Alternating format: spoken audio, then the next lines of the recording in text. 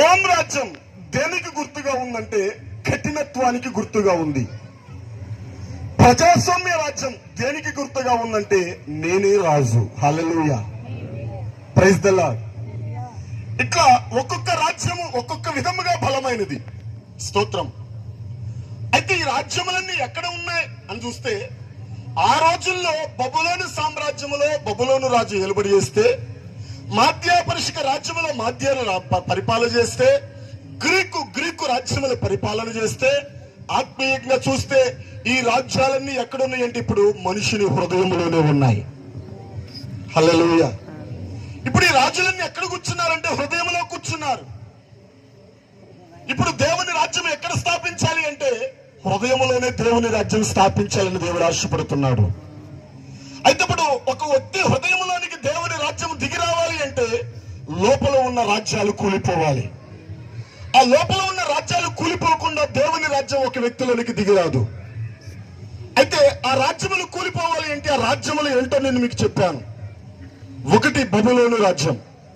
బబులోను రాజ్యం దేనికి గుర్తుగా ఉంది అంటే గర్వమునకు గుర్తుగా ఉంది. హల్లెలూయా. బబులోను రాజ్యం దేనికి గుర్తుగా ఉందంటే గర్వమునకు గుర్తుగా ఉంది. బైబిల్ గ్రంథం చెప్తుంది, ఓ గర్విష్ఠుడా నేను నీకు విరోధిని అని బైబిల్ చెప్తుంది. గర్వము అనేది అనేక రకాలుగా వస్తుంది. చదువుని బట్టి గర్వం వస్తుంది, అందాన్ని బట్టి గర్వం వస్తుంది, మరి స్తోత్రములు కులాన్ని బట్టి గర్వం వస్తుంది, బలగాన్ని బట్టి గర్వం వస్తుంది, సౌందర్యాన్ని బట్టి గర్వం వస్తుంది. రకరకమైన విషయాలను బట్టి మనిషి గర్విష్ఠుడిగా మారిపోతుంటున్నాడు. గర్విష్ఠుడా నేను నీకు విరోధిని అని బైబిల్లో మనం చూస్తున్నాం. గర్విష్ఠులను గద్దెను దించి గడ్డినైనా మేపగలిగిన వాడు దేవుడు. వాక్యం చెప్తుంది యాకోబు రాసిన పత్రికలో, స్తోత్రములు గర్విష్ఠుల యొద్ద నుండి కృపను తీసివేసి దీనులకు ఇస్తానని వాక్యం చెప్తుంది. హల్లెలూయా. కాబట్టి నమ్మకమైన దేవుని బిడ్డలారా ఒక్కసారి ఆలోచించండి. బబులోను రాజ్యము దేనికి ఆత్మీయ అర్థాన్ని చూపిస్తుందంటే గర్వానికి గుర్తుగా ఉంది. బైబిల్ గ్రంథంలో మనం చూస్తున్నాం, మొదటిగా గర్వించిన వాడు లూసిఫర్. మనం ఉదయకాల సమయంలో విన్నాం. హల్లెలూయా. సాతాను మనసులో గర్వించాడు, దేవునితో సమాన భావంగా ఎంచుకున్నాడు, సభా పర్వతం మీదకి ఎక్కాలని ఆశపడ్డాడు. గర్వం సాతాను స్వభావం. గర్విష్టి మనసు సాతాను మనస్సు. స్తోత్రం. ఒక వ్యక్తిలో దేవుని రాజ్యం దిగిరావాలి అంటే హృదయంలో ఉన్న గర్వం తొలగిపోవాలి. గర్వం అంత సామాన్యంగా తొలగిపోదు. బబులోను రాజు చాలా బలమైన వాడు. తన కొమ్మలు విస్తరించే బబులోను దేశమంతా ఆ కొమ్మలను చూసి గర్వించాడు. హల్లెలూయా. ఈ రోజుల్లో చాలా మంది స్తోత్రములు తనకున్న విషయాలను బట్టి చాలా మంది గర్విస్తున్నారు.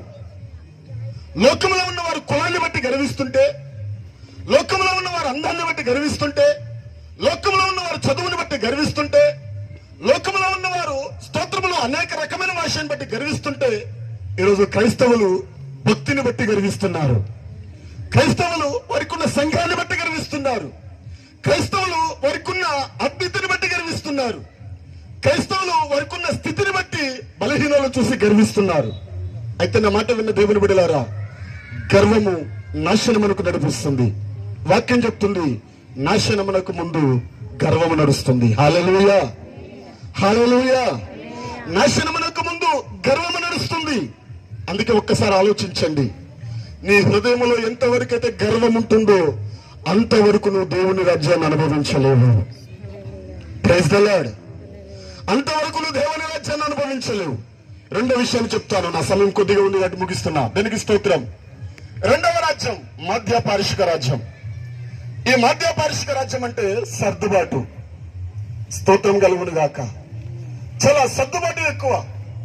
సర్దుబాటు అనేది మనం గమనిస్తే, ఒక నిజమ క్రైస్తవుడికి లోకంలో సర్దుబాటు చేయడానికి ఏ విషయం లేదు, పోరాటమే. క్రైస్తవుడు అంటే అర్థం పోరాటం చేసేవాడు. క్రైస్తవ జీవితము పోరాటముతో కూడినది. ఒక వ్యక్తి లోకముల నుండి బయటకు వస్తున్నప్పుడు పోరాటంతో బయటకు వచ్చాడు. ఒక వ్యక్తి పాపము నుండి బయటకు వస్తున్నప్పుడు పోరాడి బయటకు వచ్చాడు. ఒక వ్యక్తి రక్షణ పొందడానికి పోరాటం పొంది రక్షణ పొందుతున్నాడు. ఒక వ్యక్తి విశ్వాసాన్ని కాపాడుకోవడానికి పోరాడి స్తోత్రం కలుగును గాక విశ్వాసాన్ని కాపాడుకుంటున్నాడు. రక్షణ పొందిన నాటి నుండి చనిపోయేంత వరకు ఒక ఆత్మీయ జీవితంలో ఎదుగుతున్న ప్రతి వ్యక్తికి పోరాటం ఉంది. క్రైస్తవ జీవితం అంటే పోరాటం. హల్లెలూయా. ఈరోజు చాలా మంది జీవితాల్లో మనం చూస్తే పోరాటం లేదు, సర్దుబాటు పెరిగిపోయింది. ఎక్కడ చూసినా సర్దుబాటు. పర్వాలేదులే పర్వాలేదులే పర్వాలేదులే. చెప్పే వాక్యం ఒకటి, జీవించే జీవితం ఒకటి. చెప్పే మాటలు ఒకటి, బ్రతుకు ఒకటి. చదివే వాక్యం ఒకటి, బ్రతుకు ఒకటి. దేవుడు ఎక్కడైతే పోరాటం చేయమని చెప్పాడో ఆ పోరాటం ఈరోజు క్రైస్తవ జీవితంలో కనబట్టల్లా, సంఘాలలో కనబట్టల్లా. స్తోత్రములు. సంఘము లోకమునకు వేరై ఉన్నది. సంఘము లోకము నుండి ప్రత్యేకించబడినది. మూర్ఖతరము నుండి వేరై ఉన్నది. సంఘములోనికి లోకము రాకూడదు, లోకము సంఘములో కలవకూడదు. కానీ ఈ దినాలలో ఒక దుఃఖకరమైన విషయం ఏంటంటే లోకమంతా సంఘములోకి వచ్చేసింది. ఒక దుఃఖకరమైన విషయం ఏంటంటే లోకానికి వేరుగా ఉండవలసిన సంఘం, లోకానికి వెలుగుగా ఉండవలసిన సంఘం, లోకానికి మాదిరిగా ఉండవలసిన సంఘం, లోకాన్ని క్రీస్తుకు చూపించవలసిన సంఘం, లోకానికి ఉప్పుగా ఉండవలసిన సంఘం ఈ రోజు లోకంతో కలిసిపోతుంది, రాజకీయంతో కలిసిపోతుంది, మతంతో కలిసిపోతుంది, ఆచారాలతో కలిసిపోతుంది, స్తోత్రము సాంప్రదాయాలతో కలిసిపోతుంది. స్తోత్రములు అన్నిటిలో సర్దుబాటు సర్దుబాటు సర్దుబాటు ఎక్కువైపోయింది. పోరాటానికి బదులు సర్దుబాటు ఎక్కువైపోయింది. హల్లెలూయా. శ్రద్ధగా వినండి. పోరాటానికి బదులు సర్దుబాటు ఎక్కువైపోయింది. స్తోత్రములు. ఎక్కడ పోరాడాలో అక్కడ పోరాటం లేదు, ఎక్కడ పోరాడాలో అక్కడ పోరాటం లేదు. దేవుని బిడ్డలారా, నువ్వు సర్దుబాటు చేసినంత వరకు నీ ఆత్మీయ జీవితంలో నీకు విడుదల రాదు. నువ్వు సర్దుబాటు చేసినంత వరకు ఆత్మీయ జీవితంలో నీకు విడుదల రాదు. ఈరోజు క్రైస్తవ జీవితం పోరాడవలసిన క్రైస్తవుడు అన్నిటిలో సర్దుబాటు సర్దుబాటు. హల్లెలూయా. మతముతో పోరాడవలసిన నీవు మతంతో కలిసిపోతున్నావు. రాజకీయంతో పోరాడవలసిన నీవు రాజకీయంతో సర్దుబాటు చేస్తున్నావు. కులముతో పోరాడవలసిన నీవు కులముతో సర్దుబాటు చేస్తున్నావు. ఆచారాలతో పోరాడవలసిన నీవు ఆచారాలతో సర్దుబాటు చేస్తున్నావు. సంప్రదాయాలతో పోరాడవలసిన నీవు సంప్రదాయాలతో సర్దుబాటు చేస్తున్నావు. ఈ రోజు స్తోత్రము కలుగును గాక నీ పోరాటమే తెలియని స్థితిలో ఉన్నావు ఈరోజు. హల్లెలూయా. హల్లెలూయా. అన్ని కలిసిపోతున్నాయి. పాలు నీళ్లు కలిసిపోతున్నాయి. పాలు నీళ్లు కలిసిపోతున్నాయి. స్తోత్రములు. క్రైస్తత్వం సులకనైపోతుంది, విశ్వాసం సులకనైపోతుంది, భక్తి సులకనైపోతుంది, దేవుని రాజ్యం సులకనైపోతుంది, లోకములో దేవుని నామం చులకనైపోతుంది క్రైస్తవుని బట్టి. దానికి కారణం నీ సర్దుబాటు జీవితమే. దానికి కారణం నీ సర్దుబాటు బ్రతికే. పోరాడవలసిన నీవు సర్దుబాటుతో బ్రతుకుతున్నావు. హల్లెలూయా. నీ జీవితంలో పోరాటం తగ్గిపోయింది, పోరాటం తగ్గిపోయింది. హల్లెలూయా. స్తోత్రములు. మధ్య పారిషిక రాజ్యం అంతా సర్దుబాటే, సర్దుబాటే. స్తోత్రం. దేవుని రాజ్యం నీలోనికి రావాలి అంటే ముందు నీలో సర్దుబాటు తొలగిపోవాలి. సర్దుబాటు చేసే జీవితం తొలగిపోవాలి. ముఖస్థితి లేకుండా, ముఖస్థితి లేకుండా నీ ముందు కూర్చుంది ఎవరు అని చూడకుండా స్తోత్రము సత్యమును చెప్పే ధైర్యము మనకు కావాలి. హల్లెలూయా. మరి ఎవరైనా కూర్చొని, రాజులు కూర్చొని, అధికారులు కూర్చొని, పెద్దలు కూర్చొని, దేశ నాయకులు కూర్చొని దానికి స్తోత్రములు ముఖస్థితి లేకుండా, సర్దుబాటు లేకుండా సత్యమును చెప్పే ధైర్యము ప్రతి వారికి కావాలి. హల్లెలూయా. హల్లెలూయా. నా మాట విన్న దేవుని బిడ్డలారా, దైవ సేవకులారా, స్తోత్రములు కలుగును గాక. సర్దుబాటు లేకుండా లోకములోనికి క్రీస్తుని ప్రకటించాలి. యేసు క్రీస్తుని సేవ వేసింది మతము రాజకీయమే. యేసు క్రీస్తుని కలవరి సిలువకేసింది మతము రాజకీయమే. ఆ మతముతో ఈరోజు సర్దుబాటు చేస్తున్నావు, ఆ రాజకీయంతో ఈరోజు సర్దుబాటు చేస్తున్నావు, ఆ కులముతో ఈరోజు సర్దుబాటు చేస్తున్నావు, ఆ సాంప్రదాయాలతో ఈరోజు సర్దుబాటు చేస్తున్నావు. ఆనాడు క్రైస్తవ సంఘం సాంప్రదాయాలతో సర్దుబాటు చేయాల, ఉదయకాల సమయంలో దేవుని సేవకులు స్పష్టంగా తెలియజేశారు కదా మీకు. హల్లెలూయా. అన్నిటిలో సర్దుబాటు, అన్నిటిలో సర్దుబాటు. స్తోత్రములు. హల్లెలూయా. అబ్బాయి పుట్టినప్పుడు అయ్యగారే ఉండాలి. స్తోత్రములు. ఉయ్యాల్లో వేసినప్పుడు అయ్యగారే ఉండాలి. చచ్చిపోయినప్పుడు అయ్యగారే ఉండాలి. మరి స్తోత్రం పుట్టినరోజు అయ్యగారే ఉండాలి. సర్దుబాటు కాదా? ఎక్కడ పోరాటం? లోకంలో చేస్తున్నవి నువ్వు చేస్తున్నప్పుడు ఎక్కడ పోరాటం ఉంటుంది?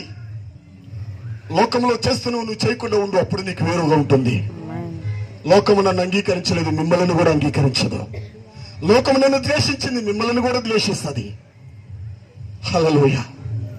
అందుకే దేవుని బిడ్డలారా, సర్దుబాటు చాలా ప్రమాదం. నేను త్వరగా ముగిస్తున్నాను. మా ముందు దేవ సేవకులు ఉన్నారు కాబట్టి వారికి సమయం ఇవ్వాలి. హల్లెలూయా. సర్దుబాటు చాలా ప్రమాదం. దేవుని రాజ్యం మీలోనికి దిగి రావాలి అంటే సర్దుబాటు రాజ్యం కోల్పోవాలి. మూడో రాజ్యం గ్రీకు రాజ్యం అంటే దురాశ. అలెగ్జాండర్ యవ్వన కాలంలోనే భారతదేశం అంచులు కూడా వచ్చాడు పట్టుకోవడానికి. తన యవ్వన జీవితంలో స్తోత్రములు పరుగున రాజ్యాలను పట్టుకున్నట్టు మన చరిత్రలో చూస్తున్నాం. అయితే గ్రీకు దేనికి గుర్తుగా ఉందంటే దురాశకు గుర్తుగా ఉంది. యాకోబు అంటున్నాడు, దురాశ గర్భము ధరించి పాపమును కలగా పాపం పరిపక్రమై మరణమును కనదని బైబిల్ చెప్తుంది. దురాశ పాపం. స్తోత్రం కలుగును గాక.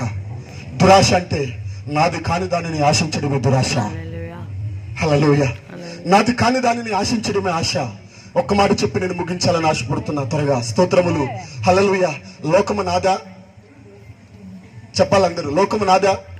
సరే, నాది మీదా? కాదు. అంటే మీది కాని దాన్ని ఆశించడమే దురాశ. మరి లోకం నీది కాదని నువ్వు అంటున్నావు. మరి లోకాన్ని ఆశిస్తున్నావా?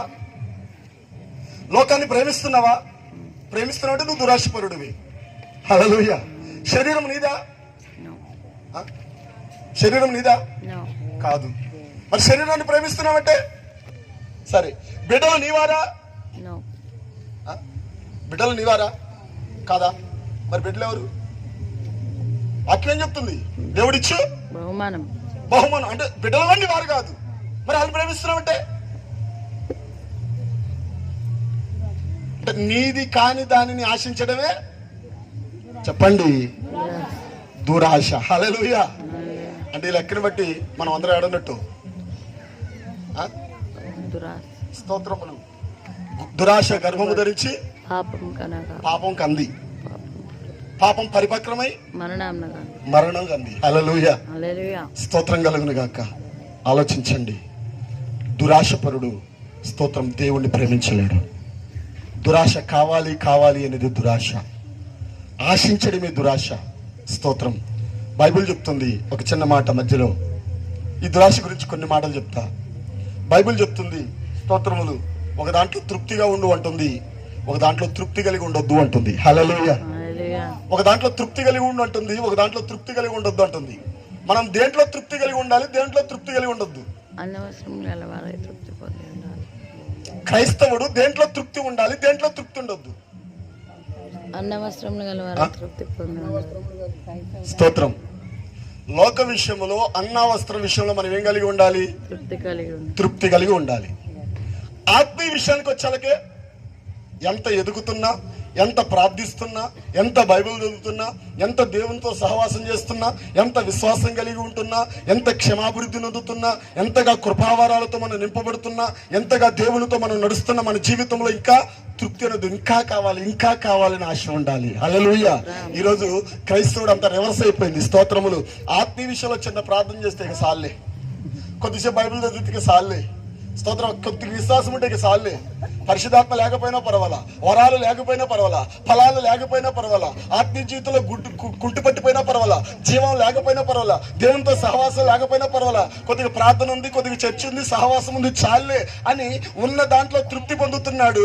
మరి ఉదయం లేచిన కాడి నుంచి పడుకునేంత వరకు కావాలని అన్నం కొరకు, వస్త్రం కొరకు, ధనం కొరకు ప్రయాసపడుతూనే ఉన్నాడు. హల్లెలూయా. దేంట్లో తృప్తి పడొద్దన్నాడు, దాంట్లో తృప్తి పట్టలేదు. దేంట్లో తృప్తి పడొద్దన్నాడు, దాంట్లో తృప్తి పడకుండా మనిషి బ్రతుకుతున్నాడు. ఈరోజు శరీర విషయంలో తృప్తి లేకుండా బ్రతుకుతున్నాడు, ఆత్మీయ విషయంలో తృప్తి కలిగి బ్రతుకుతున్నాడు. అందుకే ఈరోజు ఆత్మీయ జీవితం కుంటుపట్టిపోతుంది.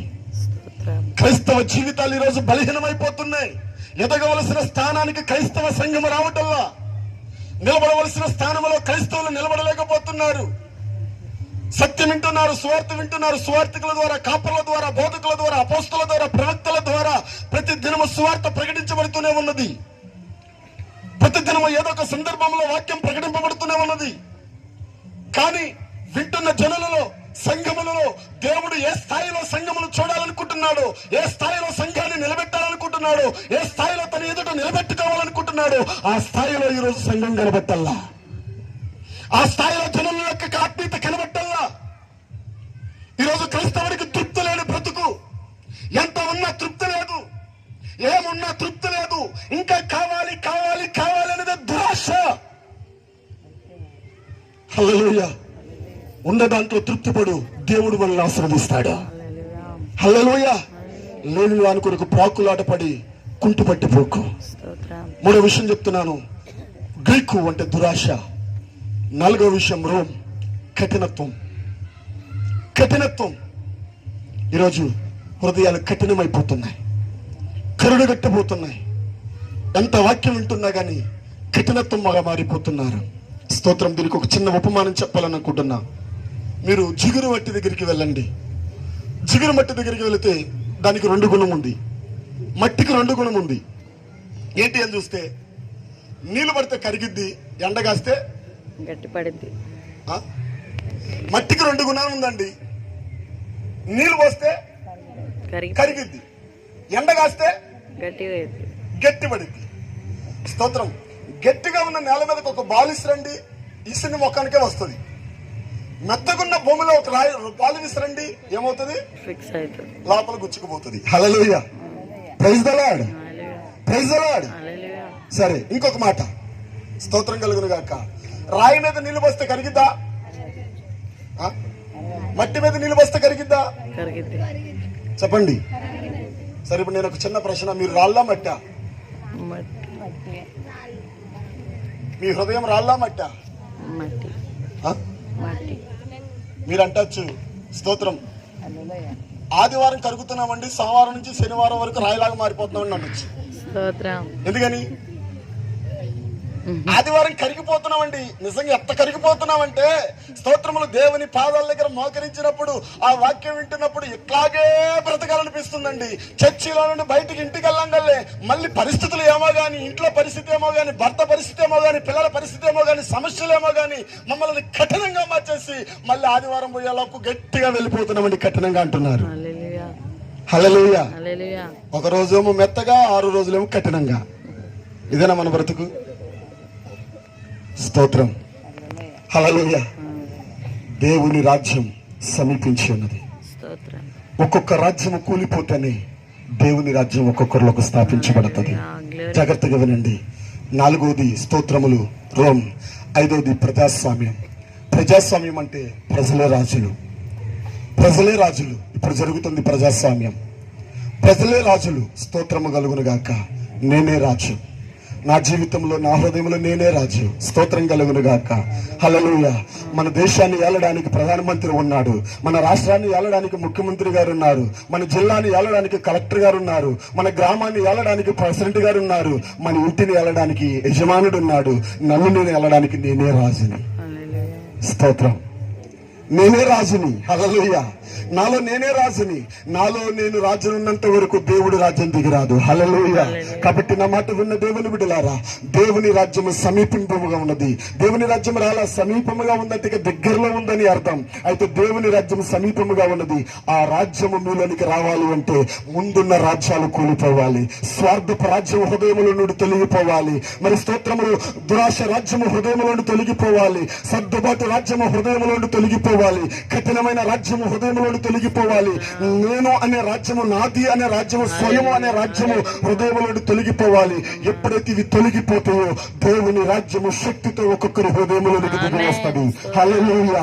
దేవుని రాజ్యము ఒక్కొక్కరిలోనికి శక్తితో దిగి వస్తుంది. అందుకే నా మాట విన్న దేవుని విడలారా, ఆ ప్రతిమను కూలగొట్టడానికి చేతి సహాయం లేని ఒక రాయి ఆ పాదముల మీద పడినప్పుడు అది స్తోత్రములు బూడిదైపోతుంది. హల్లెలూయా. ఆ చేతి సహాయం లేని రాయి ప్రభువుని యేసుక్రీస్తు. హల్లెలూయా. ఒక్కొక్క రాజ్యాన్ని పడగొట్టడానికి, ఒక్కొక్క రాజ్యాన్ని కూలగొట్టడానికి, ఒక్కొక్క రాజ్యాన్ని వెళ్ళగొట్టడానికి, ఒక్కొక్కరిలో దేవుని రాజ్యమును స్థాపించడానికి ప్రభువైన యేసుక్రీస్తు 2024 సంవత్సరాల క్రితము కన్యక గర్భమున శరీరధారిగా ఈ లోకములకు దిగి వచ్చాడు. హల్లెలూయా. ఈ లోకానికి దిగి వచ్చింది మతాన్ని స్థాపించడానికి కాదు, ఈ లోకానికి దిగి వచ్చింది కులాన్ని స్థాపించడానికి కాదు, ఈ లోకానికి దిగి వచ్చింది భక్తిని చేయడానికి కాదు, ఈ లోకానికి దిగి వచ్చింది అద్భుతాలు చేయడానికి కాదు, ఈ లోకానికి దిగి వచ్చింది ఆశ్చర్య కార్యాలు చేయడానికి కాదు, ఈ లోకానికి దిగి వచ్చింది మహత్కార్యాలు చేయడానికి కాదు. స్వార్థలో ఒక భాగమే అద్భుతాలు, స్వార్థలో ఒక భాగమే స్వస్థత, స్వార్థలో ఒక భాగమే స్వస్థత కార్యాలు. దానికి స్తోత్రములు. యేసు ప్రభు దిగి వచ్చింది వీటి కొరకు కాదు. యేసు క్రీస్తు లోకానికి దిగి రావాల్సిన పని లేదు వీటి కొరకు అయితే. ఎందుకంటే మోషే 10 అద్భుతాలు చేశాడు, ఏలియా 7 అద్భుతాలు చేశాడు, ఎలీషా 14 అద్భుతాలు చేశాడు, ప్రవక్తలు గొప్ప గొప్ప అద్భుతాలు చేశారు. దేనికి స్తోత్రములు. కానీ యేసు క్రీస్తు 2024 సంవత్సరాల క్రితము ఈ లోకానికి దిగి రావాల్సిన కారణం ఏమిటంటే నరుని హృదయము చీకటితో నింపబడినది, నరుని హృదయము దేవునికి స్థలము లేకుండా ఉన్నది, నరుని హృదయములో అనేక రాజ్యాలు కూర్చున్నవి. బబులోను రాజ్యమనగా గర్వం, సర్దుబాటు, గమని స్తోత్రములు, మామరి స్తోత్రము, దురాశ, హల్లెలూయా, కఠినత్వం, దేనికి స్తోత్రములు, స్వయం, ఇలాంటి రాజ్యాలు కూర్చొని ఉండగా వారిలో ఉన్న ఒక్కొక్క రాజును వెళ్ళగొట్టి దేవుని రాజ్యమును ఒక్కొక్కరి హృదయంలో స్థాపించడానికి ఆయన శరీరధారిగా ఈ లోకములకు వచ్చును. హల్లెలూయా, హల్లెలూయా, హల్లెలూయా. గమనించండి, క్లుప్తంగా చెప్పి ముగిస్తా. దానికి స్తోత్రం. మీరు కల్వరి శిలువ యొద్దకు రండి. కల్వరి శిలువలో మనకు యేసు ప్రభు ఆకాశానికి భూమికి 3 మేఘముల మధ్యలో వేలాడబడుతున్న అనుభవాన్ని మనం చూస్తున్నాం. అక్కడ రాయబడింది, చూడనల్లని వాడిగా, వ్యసనాక్రాంతుడిగా, సొగసైనను సారిపమైన లేనివాడిగా మారిన అని మనం బైబిల్లో చూస్తున్నాం. స్తోత్రములు. అందరూ చేయి విడిచారు. తనతో ఉన్నవారు పారిపోయారు. తనతో మరణిస్తానన్న పేతురు భూమికాడు. తోడుగా ఉంటాననుకున్నవారు అందరూ వెళ్ళిపోయారు. చేయి పెట్టి సహాయం చేస్తాననుకున్న తండ్రి కూడా చేయి చేశాడు. ఒంటరిగా మిగిలిపోయాడు. జనులందరి దృష్టిలో అపహాస్కుడిగా మిగిలిపోయాడు. జనులందరి దృష్టిలో హేళనగా మిగిలిపోయాడు. జనులందరి దృష్టిలో తనను తాను రక్షించుకోలేని వాడిగా మిగిలిపోయాడు. జనులందరి దృష్టిలో ఒక బలహీనుడిగా మిగిలిపోయాడు. కానీ దాన్ని ఆత్మీయ అర్థాల్లో చూడండి. కల్వరి శిలువలో యేసయ్య ఒంటరిగా ఉన్నను ఆయన కల్వరి శిలువలో పోరాటం చేస్తున్నాడు. ఆయన కంటికి కనబడని పోరాటం, కంటికి కనబడే యుద్ధం చేస్తున్నాడు. హల్లెలూయా. మొదటి నుండి మీరు చదువుకోండి. అపవాది యొక్క గుర్తు, అపవాది యొక్క క్రియలు చూడండి. మొదటి నుండి స్తోత్రములు. ఈయన దేవుని కుమారుడా కాదా, ఈయన దేవుని కుమారుడా కాదా అని తెలుసుకోవడానికి ప్రభుని శోధిస్తుంది. మరి స్తోత్రములు 40 దినాలు అరణ్యములో శోధించబడుతున్నప్పుడు అపవాది శోధించింది, నువ్వు దేవుని కుమారుడు అయితే రాళ్ళను రొట్టెలుగా చేసుకుని తిను. ఎందుకంటే అపవాదికి ఒక ఆలోచన. ఆదిలో దేవుడు ఒక వాగ్దానం చేశాడు. స్తోత్రములు. నేను నిన్నేం చేయను.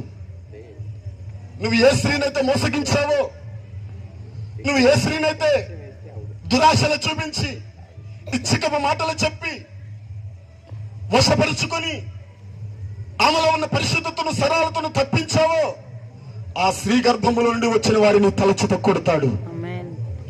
స్త్రీ సంతానమునకు నీకు వైరం పుట్టిస్తాను, నేనైతే నిన్నేం చేయనని దేవుడు చెప్పాడు. ఆ రోజు నుంచి స్త్రీ సంతానమును నాశనం చేయడమే అపవాది ప్రణాళిక. ఒక్కొక్క కాలము నుండి కూడా పరిశుద్ధులు లేకుండా చేయడమే వాని యొక్క ఉద్దేశం. భక్తి చేసేవారిని లేకుండా చేయడమే వాని యొక్క ప్రణాళిక.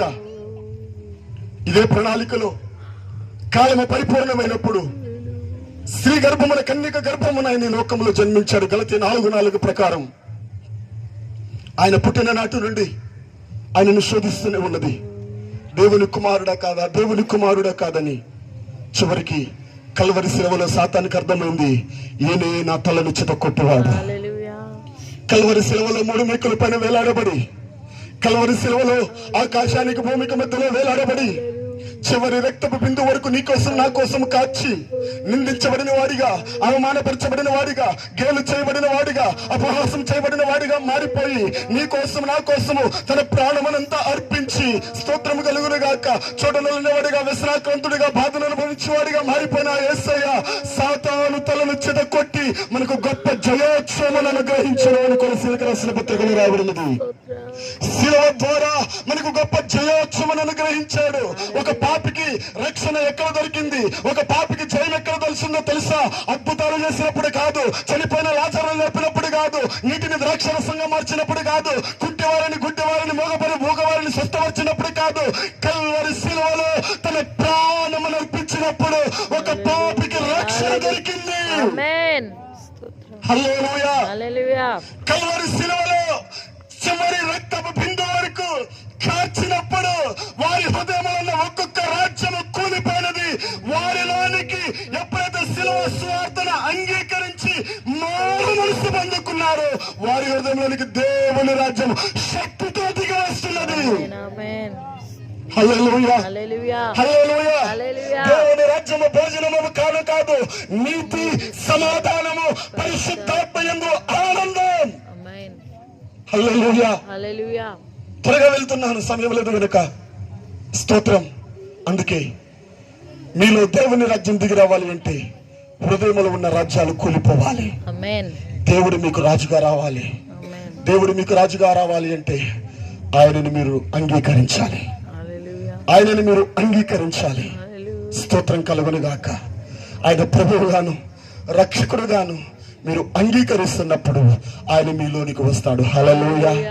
హల్లెలూయా. హల్లెలూయా. ఒక్కొక్క రాజ్యం కూలిపోతున్నప్పుడు ఇంకొక రాజ్యం ఏలుతూ ఉంటాడు. అందుకే యేసు ప్రభు స్వార్థ ప్రారంభిస్తున్న దినాలలో కాలం సంపూర్ణమైనది, దేవుని రాజ్యం సమీపించి ఉన్నది. మారు మనసు పొంది స్వార్థ నమ్ముడి. హల్లెలూయా. ఇప్పుడు కావలసిన స్వార్థ, స్తోత్రములు. ఒక్కొక్కరికి కావలసింది సిలువను గురించిన వార్త. హల్లెలూయా. సిలువను గురించిన మాట. స్వార్థ అంటే మూడు మాటలు చెప్పి నేను ముగిస్తున్నాను. స్వార్థ అనగా స్తోత్రము, యేసు మన కొరకు పుట్టాడు, యేసు మన కొరకు శ్రమలు పొందాడు, మరణించాడు, యేసు మన కొరకు పునరుద్ధానుడు తిరిగి లేచాడు. ఇదే స్వార్థ. ఒక పాపికి కావలసిన స్వార్థ ఇదే. ఒక పాపికి కావలసిన స్వార్థ ఇదే. ఒక అబద్ధికుడికి కావలసిన స్వార్థ ఇదే. ఒక చీకటిలో ఉన్న జనాంగము కావలసిన స్వార్థ ఇదే. అనేక ఆచారాల చేత, అనేక మతాల చేత, అనేకమైన పాపపు కట్ల చేత బంధించబడిన వారికి కావలసిన స్వార్థ ఇదే. ఈ రాత్రి ఆత్మకూరు ప్రాంతంలో బంధింపబడిన ఓ సహోదరి, సహోదరుడా, ఇదిగో సిలువలో వేయబడిన క్రీస్తుని దగ్గరకు వచ్చాడు. హల్లెలూయా. హల్లెలూయా. హల్లెలూయా. స్తోత్రం కలుగును గాక. నిన్ను విడిపించడానికి, నిన్ను రక్షించడానికి ఇప్పుడు నువ్వు నమ్మవలసింది సిలువను గురించిన వార్త. నీ పాపముల కొరకు, నీ అపరాధముల కొరకు, నీ దోషముల కొరకు కల్వరి సిలువలో నలిగిపోయిన యేసు ప్రభువును చూడు. ఆయన చూడనవాడిగా ఉన్నాడు, వ్యసనాక్రాంతుడిగా ఉన్నాడు, బాధను అనుభవించేవాడిగా ఉన్నాడు. నీ స్థానములు, నా స్థానములు ఆయన నిలబడ్డాడు. నీకు రావలసిన శిక్షను, నాకు రావలసిన శిక్షను ఆయన భరించాడు. నీకు రావలసిన నిందను, నాకు రావలసిన నిందను ఆయన భరించాడు. ముళ్ళ కిరీటం నాకు నీకు పెట్టాలి, దేహములో గాయాలు నాకు నీకు చేయాలి, ఆ పిడిగుద్దులు నిన్ను నన్ను గుద్దాలి, ఆ ముఖము పైన ఉమ్ము నీ మీద నా మీద ఉయ్యాలి, ఆ భారమైన ప్రచంద్రాను నీకు నాకు మోపాలి, ఆ కొరడ దెబ్బలు నిన్ను నన్ను కొట్టాలి. ఎందుకంటే పాపం చేసింది మనం, తప్పు చేసింది మనం. ఒక బాహ్యమైన గవర్నమెంట్, ప్రభుత్వం వారు చూడండి, తప్పు చేసిన వారిని శిక్షిస్తారు, తప్పు చేయని వారిని నిర్దోషి అంటారు. కానీ యేసు ప్రభు ఏ తప్పు చేయలా. గవర్నర్ సాక్ష్యం ఇచ్చాడు, ఇతను ఎందు నాకు ఏ దోషం కనబట్టలేదని. స్తోత్రం. రాజు సాక్ష్యం ఇచ్చాడు, ఇతనులో ఏ తప్పు లేదని. పిలాతు భార్య సాక్ష్యం ఇచ్చింది, ఇతడు నీతిమంతుడని. అపోస్తలులు సాక్ష్యం ఇచ్చారు, నిష్కలంకుడు, నీతిమంతుడు, పాపంలో వచ్చారు ప్రత్యేకంగా ఉన్నాడని. స్వయంగా ఆయనే చెప్పాడు, నాలో మీరు పాపము కనుగొనగలరా అని. ఆయనను ఏ తప్పు లేకపోయినా ఆయనను శిక్షించారు, ఏ తప్పు చేయకపోయినా ఆయనను కొరడాలతో కొట్టారు, ఏ అన్యాయము చేయకపోయినా స్తోత్రములు తీర్పు బోనులో నిలబెట్టారు, ఏ పాపం చేయకపోయినా శిక్షను భరించాడు. కారణం నిన్ను నన్ను ప్రేమించే, నిన్ను నన్ను ప్రేమించే. మన శిక్ష భరించలేనిది, మన శిక్షను మనం తప్పించుకోలేము. మన ప్రాణ విమోచన క్రైదనం బహు గొప్పది. అది ఎప్పటికి అట్లా ఉండవలసిందే. అది ఎరిగిన దేవుడు నీ కోసం నా కోసం వచ్చి ఆ 3 మేకుల పైన సిలువలో ప్రాణం అర్పించి ఉచితంగా మనల్ని నీతిమంతులుగా చేశాడు. హల్లెలూయా. ఉచితంగా మనల్ని నీతిమంతులుగా చేశాడు. కృపచేత విశ్వాసము ద్వారా మనల్ని రక్షించాడు. నిజంగా దేవుని ప్రేమ ఎంత గొప్పది. ఆ దేవుని ప్రేమ ఎంత గొప్పది. దేవుని బిడ్డలారా, ఒక్కసారి ఆలోచించు. ఈ రాత్రి నువ్వు అంగీకరించవలసింది ఈ సిలువ సువార్త. మారు మనసు పొంది సువార్త నమ్ముడి. సువార్త నమ్మవలసింది ఇదే. ఏంటి ఆ సువార్త? యేసు మన కొరకు పుట్టాడు. యేసు మన కొరకు శ్రమపడి మృతి పొందాడు. యేసు మన కొరకు తిరిగి లేచాడు. హల్లెలూయా. ఈ సువార్తను నమ్మితే నీకు రక్షణ దొరుకుతుంది. ఈ సువార్తను నమ్మితే నీ పాపములు క్షమించబడతాయి. ఈ సువార్తను నమ్మితే నీ హృదయంలో ఉన్న సాతాను రాజ్యం కోల్పోతుంది. దేవుని రాజ్యం నీలోనికి దిగి వస్తుంది. హల్లెలూయా, హల్లెలూయా, హల్లెలూయా. మరి ఈ సువార్తను నమ్మడానికి ఎవరైనా ఉన్నారు ఇక్కడ? ఈ సువార్తను అంగీకరించడానికి ఎవరైనా ఉన్నారా? యేసయ్యా, నా కోసం నువ్వు చనిపోయావు. యేసయ్యా, నా పాపముల కొరకు నువ్వు మరణించావు. యేసయ్యా, నా అపరాధముల కొరకు నువ్వు నలగొట్టబడ్డావు. యేసయ్యా, నా దోషముల కొరకు నువ్వు శిక్షను అనుభవించావు. యేసయ్యా, నా అతిక్రమముల కొరకు నువ్వు శిక్షను అనుభవించావు. నా స్థానములను చనిపోయావు. నీ స్థానములను నిలబెట్టావు. దేవా, నీ ప్రేమ ఎంత గొప్పది ప్రభువా. ఈ రాత్రి నా పాపములను ఒప్పుకొనుచున్నాను. నీ రక్తముతో నా పాపములను కడుక్కుంటున్నాను. నీ రక్తముతో నా మనస్సాక్షిని శుద్ధి చేసుకుంటున్నాను. ప్రభువా, నీ రక్తముతో నేను శుద్ధి చేసుకొనుచున్నాను. నాయనా, నా పాపములన్నీ నీ రక్తము చేత పవిత్రపరచండి. నేను పాపిని పాపిని పాపిని అని ఆయన పాదముల దగ్గర కూర్చొని ఏడ్చినట్లయితే ఈ రాత్రి నీ పాపములకు పరిహారం కలిగిస్తాడు ప్రభువు. హల్లెలూయా, హల్లెలూయా. ఎవరైనా ఉన్నారా? రెండు మోకరించండి. సమయంలో కనుక మోకరించండి ప్రభు సన్నిధిలో. హల్లెలూయా. కొన్ని మాటలు మన హృదయంలో ప్రకాశించినట్లుగా 2 నిమిషాలు మోకరించండి, ప్రార్థన చేసుకుందాం. హల్లెలూయా, హల్లెలూయా, హల్లెలూయా, హల్లెలూయా. స్తోత్రములు. కాలము సంపూర్ణమైనది. దేవుడు రాజు కూలిపోతే ఇంకొక రాజు స్తోత్రం ప్రభుత్వం చేస్తాడు. అవును, తన ప్రజలను బబులోను రాజ్యం నిలబడి చేసింది. తన ప్రజలను మధ్య పార్షిక రాజ్యం నిలబడి చేసింది. తన ప్రజలను గ్రీకు రాజ్యం నిలబడి చేసింది. తన ప్రజలను రోమ్ రాజ్యం నిలబడి చేసింది. తన ప్రజలను ప్రజాస్వామ్య రాజ్యం నిలబడి చేస్తున్నది. అయితే ఈ రాజ్యములన్నీ కూలిపోవడానికి, ఈ రాజ్యములను కూలగొట్టడానికి చేతి సహాయం లేని రాయి ఒక రాయి పడుతుంది. హల్లెలూయా.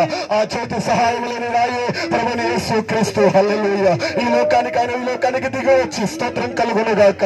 ఒక్కొక్క రాజ్యాన్ని కూలగొట్టి మనుషుల హృదయంలో దేవుని రాజ్యాన్ని స్థాపించాలని ఇష్టపడుతున్నాడు. దేవుని రాజ్యము భోజనము పానము కాదు, నీతి సమాధానము పరిశుద్ధాత్మ ఎందు ఆనందము. హల్లెలూయా. ఎవరికైనా దేవుని రాజ్యము హృదయంలో స్థాపించాలని ఆశపడుతున్నారా? దేవుని రాజ్యం మాటలు కాదు, దేవుని రాజ్యం శక్తితో కూడినది. హల్లెలూయా, హల్లెలూయా. ప్రార్థన చేద్దాం, ప్రార్థన చేద్దాం. 2 నిమిషాలు ప్రార్థన చేద్దాం. హల్లెలూయా, హల్లెలూయా, హల్లెలూయా. దేవుని రాజ్యం సమీపంగా ఉన్నది. మారు మనసు పొంది సువార్త నమ్మండి. సువార్త అంటే మూడు మాట.